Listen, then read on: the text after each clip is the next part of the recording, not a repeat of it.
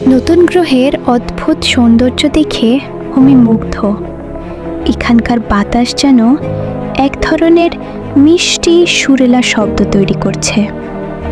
কিন্তু এই সোনালি রোবটরা কেন তাকে এত সম্মান দিচ্ছে? অমিকে নিয়ে যাওয়া হলো সে বিশাল প্রাসাদের ভেতরে। সেখানে দেওয়ালে দেওয়ালে তার বাবার বড় বড় ছবি এবং হলোগ্রাম সাজানো। অমি অবাক হয়ে ভাবল, বাবা কি তবে এখানকার কেউ? হঠাৎ একটি বড় সোনালি রোবট এগিয়ে এলো। তার কণ্ঠস্বর একদম মানুষের মতো। সে বলল, অমি, স্বাগতম। আমরা তোমার বাবার সৃষ্টি।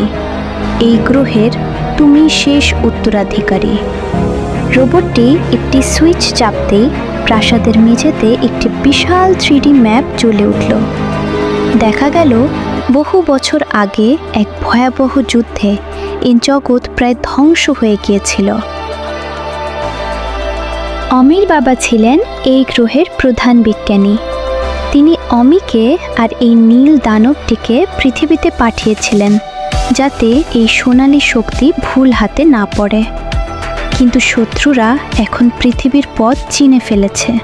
হঠাৎ আকাশ কালো হয়ে গেল। অমি ভয় পেয়ে উপরে তাকালো। সেই ভয়ঙ্কর ড্রোনগুলো ওয়ার্মহোল দিয়ে এই গ্রহেও পৌঁছে গেছে। লড়াই কি তবে পিছু ছাড়বে না? সোনালি রোবটরা এবার যুদ্ধের জন্য প্রস্তুত হলো।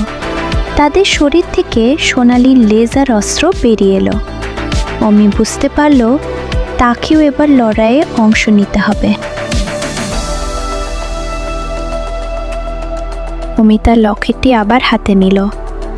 লকেটটি এবার শুধু উজ্জ্বলই হলো না, এটি থেকে একটি ছোট তলোয়ার বা লাঠির মতো অস্ত্র তৈরি হলো। এটা যেন অমির মনে জোরে চলে।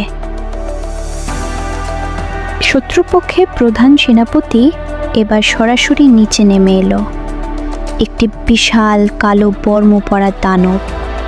সে গর্জন করে বলল, লকেটটি আমাকে দিয়ে দাও অমি, নয়তো এই জগৎ আমি ছাই করে দেব। আমি এক পা পিছিয়ে গেল না। সে তার সোনালি বন্ধুর হাতে হাত রাখল। শুরু হতে যাচ্ছে এক মহাকাব্যিক সংঘাত। আমি কি পারবে তার বাবার স্বপ্ন রক্ষা করতে? জানতে হলে দেখুন 8 নম্বর পর্ব।